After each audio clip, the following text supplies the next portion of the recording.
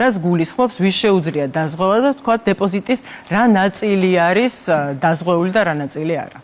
კი ბატონო, მადლობა ამ საშუალებისათვის, რომ კიდევ ერთხელ მომეცით საშუალება, რომ ჩვენ მოსახლეობას განვმარტოთ ზოგადად რას ნიშნავს დეპოზიტების დაზღვევის სისტემა. მინდა გითხრათ, რომ კრიტიკულად მნიშვნელოვანი სისტემა არის ზოგადად ფინანსური სტაბილურობისათვის.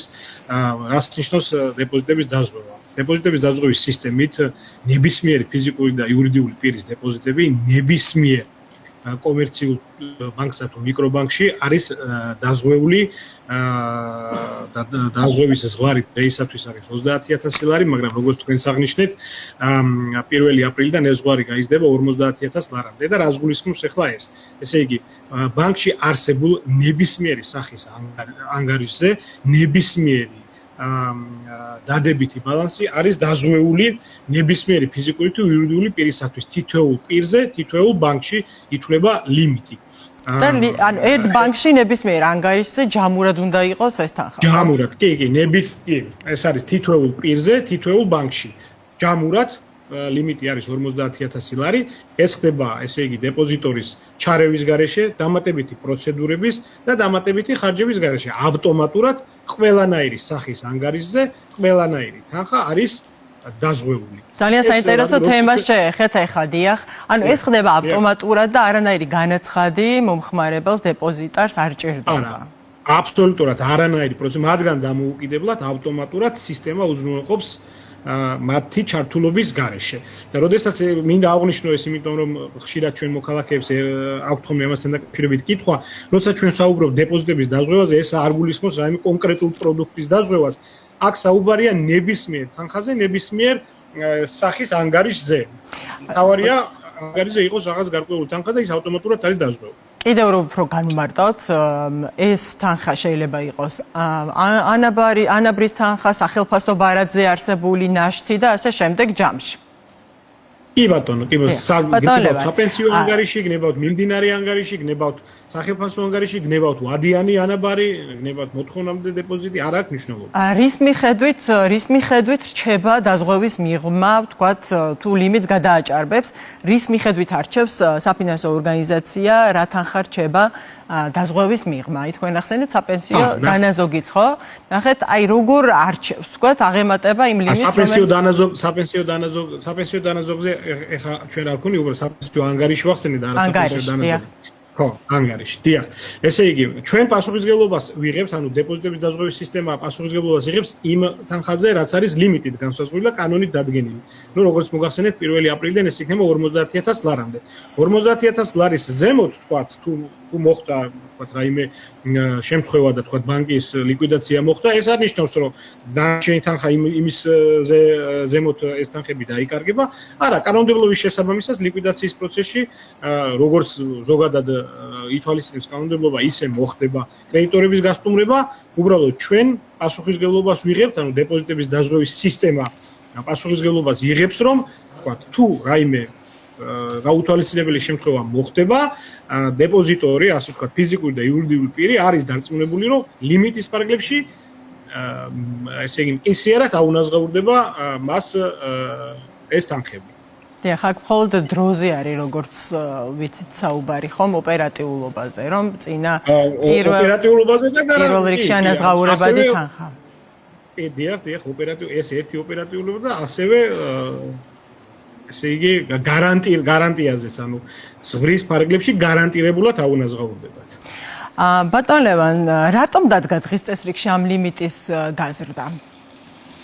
კი ბატონო, ეს დღევანდელ პირობებში მნიშვნელოვანი იყო, რადგან ის ასახავს როგორც ეკონომიკურ ზრდას ზოგადად, ასევე მოსახლეობის დანაზოგის მოცულობის ზრდას. ჩვენ თუ გადავხედავთ ახლა სტატისტიკას, რადგან მაქვს სტატისტიკური მონაცემები, ესე იგი დეპოზიტების მოცულობა განუწყვეტლივ იზრდება. იზრდება როგორც მთლიანად მოცულობა დეპოზიტების, ასევე საშუალო დეპოზიტების მოცულობაც ვთქვათ ხასიათდება ზრდადი დინამიკით. აქედან გამომდინარე, ჩვენ შესაბამისი რეაგირება უნდა მოვახდინოთ, რათა უფრო მეტი ადამიანის და უფრო მეტი ფიზიკური თუ იურიდიული პირის თანხები იყოს სრულად, ასე ვთქვათ, დაცული. ბატონ ლევან, თქვენ რას ურჩევდით მომხმარებელს? დივერსიფიცირებისთვის უკეთესია, რომ უკეთესად რომ იყოს დაზღვეული მისი დეპოზიტები, სხვადასხვა ბანკში კონდეს დანაზოგი გადანაწილებული, მით უმეტეს იმის გათვალისწინებით, რომ თქვით, რომ ეს დანაზოგები და ეკონომიკა იზრდება, დანაზოგების რაოდენობაც ასევე მზარდია. თუ ეს არაფერს შეცვლის და ნებისმიერ შემთხვევაში ეს გარანტიებს არ ზრდის, თქვა დივერსიფიცირება დანაზოგების. როგორ არის? ნახეთ, დღეს მინდა გითხრათ, რომ საბანკო სექტორს არანაირი პრობლემა არ აქვს და ზოგადად ერთ-ერთი მყარი სექტორი არის ჩვენს ეკონომიკაში და მინდა დავამშვიდო ჩვენი მოქალაქეებიც და ფიზიკური თუ იურიდიული პირები, რომ დღეს საბანკო სისტემას არანაირი, ასე ვთქვათ, პრობლემა არ არის. ეს არის ერთ-ერთი სისტემა, ასე ვთქვათ, რომელიც კრიზისის დროს უზრუნველყოფს ფინანსური სტაბილურობას და მდგრადობას სისტემისას. ინსტრუმენტი არის, რომელიც აპრობირებული მეთოდი არის და უმრავლეს ქვეყნებში არსებობს, მაგრამ მე როგორც გითხარით, ესე იგი დაზღვევა მოქმედებს თითოეულ ბანკში, თითოეულ დეპოზიტორს, თითოეულ ბანკში. თუ თქვათ მაგალითისთვის რო ავიღოთ, თუ ერთ პიროვნებას ორ ბანკში აქვს მაგალითად 1 აპრილიდან 50000 ლარი ერთ ბანკშია განთავსებული და 50000 ლარი მეორე ბანკში, ეს თანხები სრულად იქნება დაზღვეული და თუ თქვათ ერთ ბანკში აქვს 100000 ლარი, იქიდან იქნება 50000 ლარი დაზღვეული და 50000 ლარი უკვე ლიმიტს ზემოთ იქნება.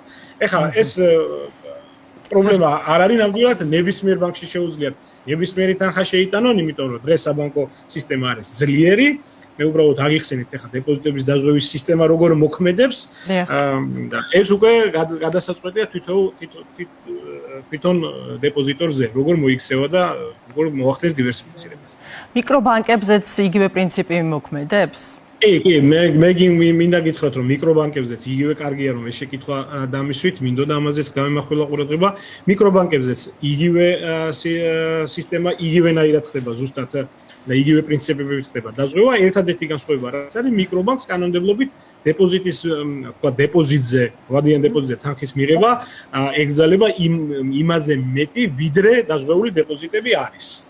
ასე რომ აქაც იგივე ლიმიტია ბატონ ლევან, ანუ იმ ლიმიტის გასაგები, ანუ ეკრძალება დაზღვეულზე. მიკრობანკებში თამამად შეუძლიათ მოქალაქეებს თანხები განათავსონ, მიკრობანკებში განთავსებული თანხები ფაქტიურად სრულად დაზღვეული ექნებათ, იქიდან გამომდინარე, რომ იმაზე მეც უბრალოდ ვერ განათავსებენ. ძალიან დიდი მადლობა.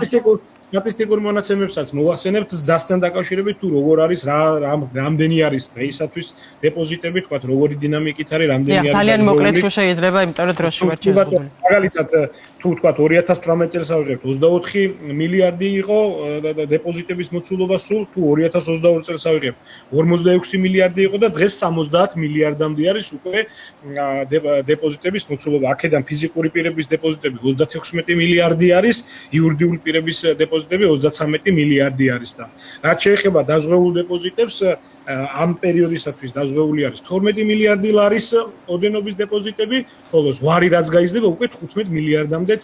ავა, მინდა გითხრათ, რომ არ არის პატარა ციფრები და შტამბეშტავის ზრდა არის ზოგადად დეპოზიტების, ასე ვთქვათ, საბანკო ბანკებში დეპოზიტების არსებობისა. და ელოდებით, რომ ეს მზარდი იქნება, ხო, ტენდენცია შენარჩუნება. ასაც უყურებთ სტატისტიკურად კი და რა თქმა უნდა მზარდი იქნება, კი, დარწმუნებული ვარ ამაში. ასე რომ ეს სისტემა ძალიან კარგი არის.